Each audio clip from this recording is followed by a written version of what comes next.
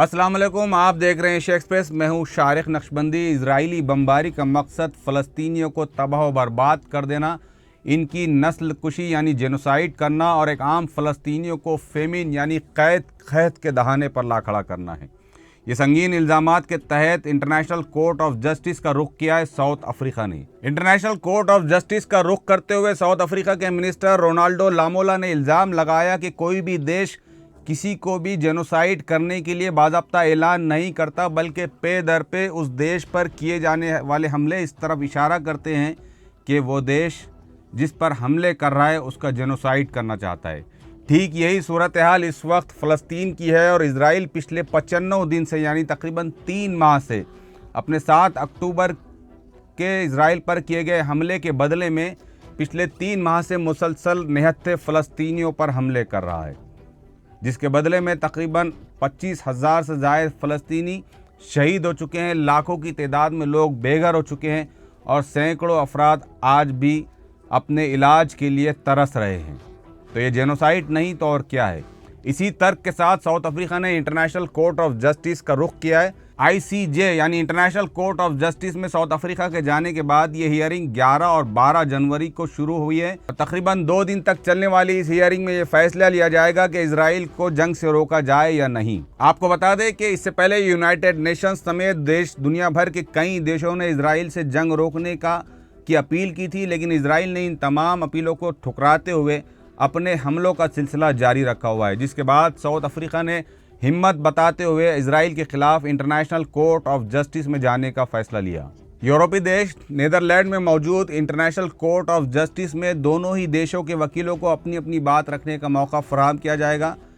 पहले दिन south Africa ने गज़ा पर किए जा रहे हमलों के सबूत के साथ इजराइल पर अपने लगाए गए इल्ज़ाम को सही साबित करने की कोशिश की है, जबकि इजराइल को आज यानी 12 जनवरी को अपनी बात रखने का मौका दिया जाएगा। इजराइल के खिलाफ इंटरनेशनल कोर्ट ऑफ जस्टिस में जाने के साउथ अफ्रीका के फैसले को दुनिया भर में सराहा जा रहा है। पाकिस्तान समेत कई मुस्लिम देशों ने साउथ अफ्रीका के इस इक़दाम की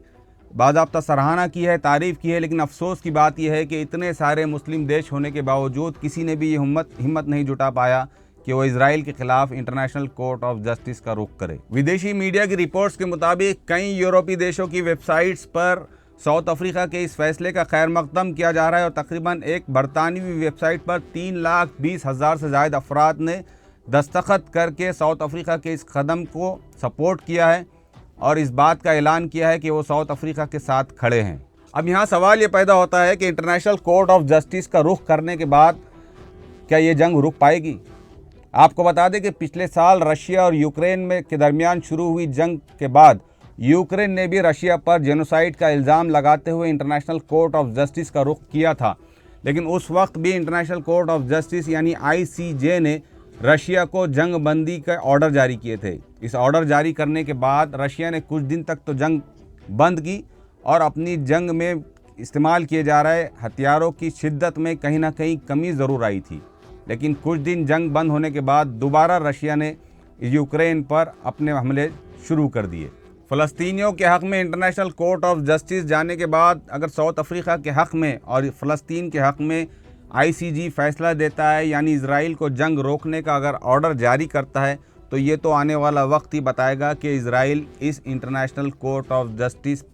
को कितना फॉलो करता है, उसके किए गए फैसले पर क्या अमल हो पाता है या नहीं हो पाता है। वहीं एक लेटेस्ट अपडेट ये भी है कि इजराइल ने आज भी फ़लस्तीनियों पर हमले जारी रखे हुए कई सारे अस्पतालों को निशाना बनाया जा रहा है। ख़ासतौर से रफ़ा क्रॉसिंग के बाद जो मिस्र से मिलने वाली सरहदें हैं, वहाँ पर कई सारे महाजिर कैंपों के अंदर, वहाँ कई सारे राहती कैंपों में फ़लस्तीनियों ने पनाह ले रखी है। इजराइल ने उन फ़लस्तीनी कैंपों को भी निशाना बनाना शुरू कर दिया है। आज जुमे के दिन सुबह में रफ़ा क्रॉसिंग के पास मौजूद राहती कैंपों पर इजराइल ने जो हमले किए उसमें 249 फ़लस्तीनियों ने